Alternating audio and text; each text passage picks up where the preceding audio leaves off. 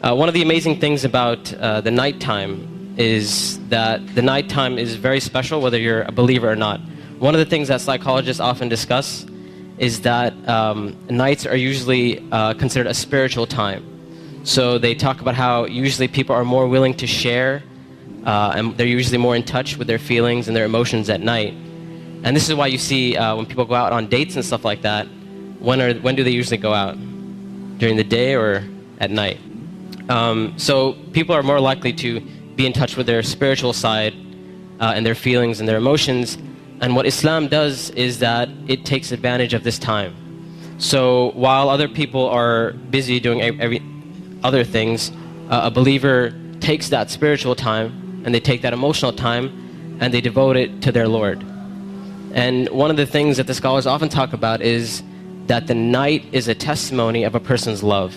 So whatever a person loves, you'll see that they'll usually devote their night to that. So if a person's only concern in life is to have fun and party and maximize pleasure, they'll spend their night trying to do that. If a person's concern is their afterlife and their love for Allah, then they'll spend their night in concern about their akhirah.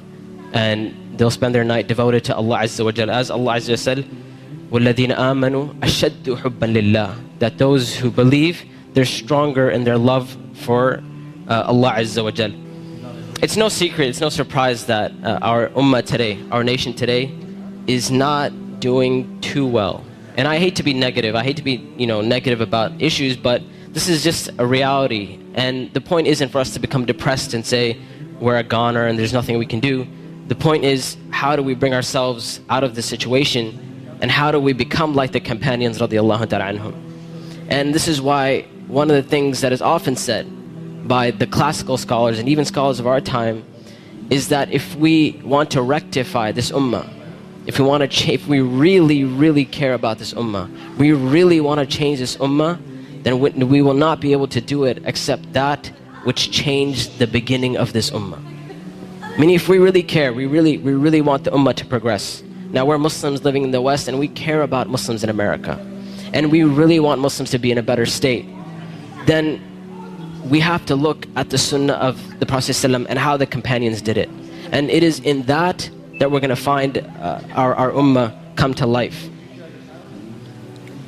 And the thing about the companions, like I mentioned, is that what they had and what is missing from our time is that attribute of going above and beyond the bare minimum.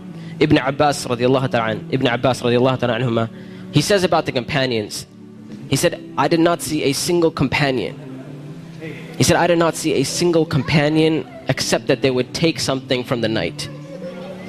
Meaning they would pray some type of qiyam al-layl. And one of the most oft questions I get from young people is, you know what, my iman is just not doing too well. Like, I have a dip in my iman and I just don't feel it anymore. Or a lot of times people who start practicing Islam, they'll have this iman high and they're doing really, really well, and then a time will come where they'll be like, it just doesn't feel the same anymore. Or a lot of times reverts and converts will say, when I first became Muslim, it was the most amazing experience of my life, and I want that back.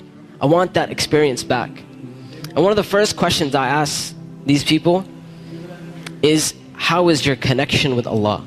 How is your qiyam al-layl? When was the last time you got up in the middle of the night or in the last third of the night to pray to your Lord? And if the answer usually is, well, I don't really do that. I just try to do my 5 daily prayers. I'm just happy if I can get that in. And I tell them, I say, listen, if you're cutting off your connection with Allah, how are you going to get better? You can't expect your iman to just get fixed all of a sudden on its own. It's not going to happen. You have to take steps for you to become a better Muslim. You have to take steps to reach that level of iman. When it comes to qiyam al-layl, one of the advices I often give, and I give this advice because this was the advice given to me by my teachers, is if you want to pray qiyam al-layl, all you have to do is just try it. And I'm not talking about spending a third of the night praying or half of the night praying. I'm saying get up 10 minutes before Fajr. Just 10 minutes before Fajr. And we know the Prophet ﷺ told us that it is the last third of the night where Allah Azza wa Jal comes down to the lowest parts of the heaven and He asks, He says, which one of my servants is seeking my forgiveness that I may forgive them? And which one of my servants is seeking my mercy that I may be merciful for them? Which one of my servants is asking of me that I may give to them? And that third of the night is still there in the last 10 minutes before Fajr. So all I'm saying is wake up 10 minutes before Fajr. Not an hour, not 2 hours before Fajr, 10 minutes before Fajr. And try and pray Qiyamul Layl. And experience this amazing spiritual nature that Allah Azza wa Jal has given us. This blessing that Allah Azza wa Jal has given us. And when you get up in the night, number one, you'll see your heart transform. You'll feel your heart unlike you've ever felt it before.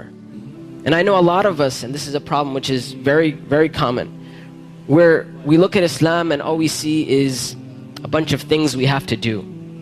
And we're missing that spiritual side of Islam. We're missing that connection with Allah and our Creator. And I tell you that if you're seeking that connection, then get up and pray Qiyamul Layl. You will see your heart transform. You'll see this tranquility and peace that Islam is supposed to be. You know, people talk about Islam. Islam means peace and all that kind of stuff. If you really want to experience that, get up in that last third of the night. Get up for 10 minutes and you will see that peace and tranquility descend upon you.